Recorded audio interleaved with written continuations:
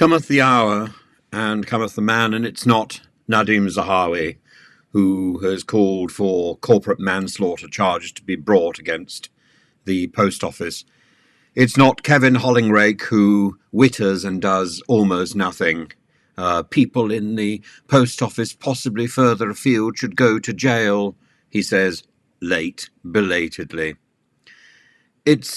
It's back again to Alan Bates. Alan Bates says, if the system isn't going to do it, he will crowd-fund private prosecutions. After all, it was private prosecutions which saw so many of the sub-postmasters and sub-postmistresses sent to jail. There's a certain irony in Alan Bates's proposal, and he intends to bring to light and expose in his words, the faceless mandarins of Whitehall, because the buck, although she said the buck stops with me, the buck doesn't stop with Paula Venables. The buck stops with all those people across Whitehall, across government, who have tried to silence the investigation, who have tried to sideline, distract, and do anything but take responsibility for the many, many people whose lives the Post Office Limited has ruined. And really, it's only now that I start thinking that floating of the Post Office Limited, that word limited, is so apposite, isn't it?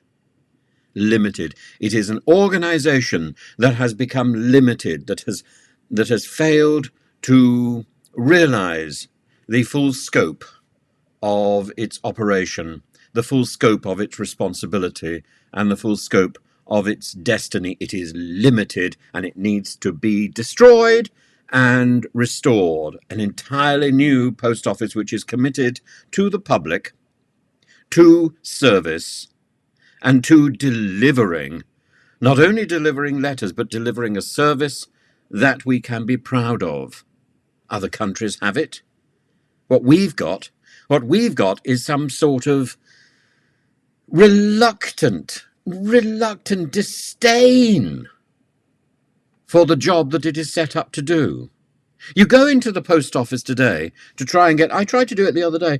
I tried to get some old-fashioned postcards. Not the postcards with pretty pictures of wells next to the sea, but those postcards with nothing on the front side, nothing on the back side. You put a stamp on and you send it off.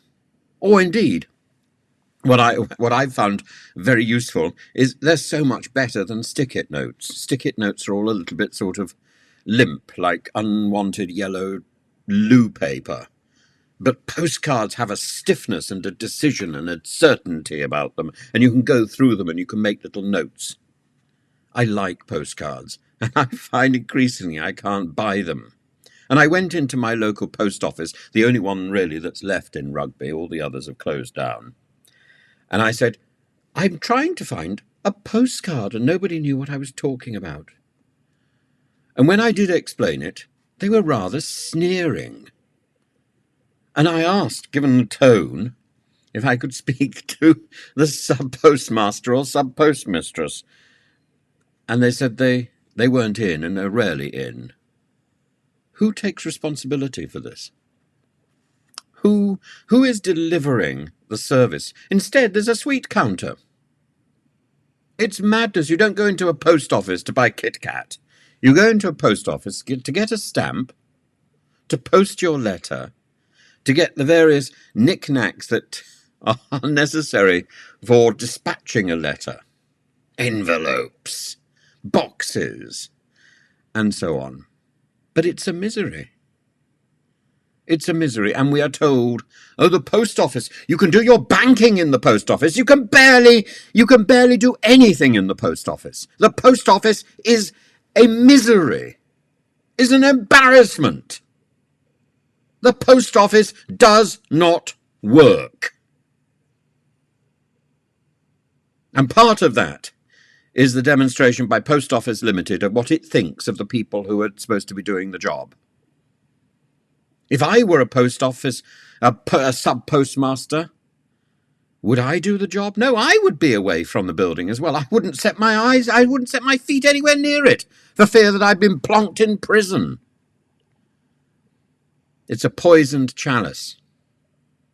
And the only way out of this is complete and utter reformation. And I don't come to that lightly. I very rarely think that the answer to a problem is to dump the original and rebuild. Mostly it's about change. In the case of the post office, it's gone beyond change. It is a useless institution, and it is utterly soiled by the venerable Venels and all that cohort of evasion. Venels may be perfectly innocent, but the lead that she's given of avoiding the issue, that's not leadership. That's cowardice. And that's gone on and on and on, and it's passed on to the ministers, or maybe she got it from the ministers. Maybe that's where she learned. Because they're all at it. They're all at it. And Alan Bates says if he gets the money, he would take private prosecutions. If he gets the money, I think the country will be begging him to do it.